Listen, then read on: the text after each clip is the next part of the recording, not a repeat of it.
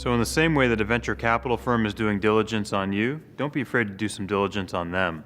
Check to make sure they're the right fit, and try to make sure that they're a team that hangs in there through the highs and the lows. It's easy to be a great partner when things are going well, but what happens when a firm faces obstacles, and how does that venture capital firm behave? One of the common sayings in our business is that the best entrepreneurs have choices. And as you as an entrepreneur embark on your financing process, make sure you run a process that puts yourself in a position to have those choices. Don't just have one set of conversations with one firm. Try to broaden your aperture.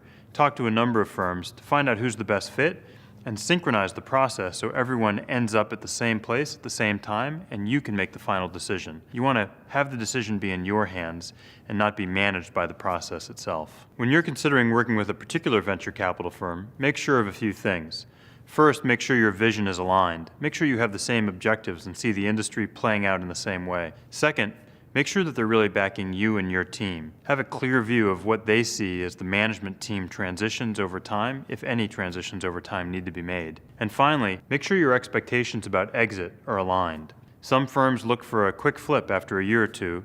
Others want to hold for the long haul and go after a very big outcome.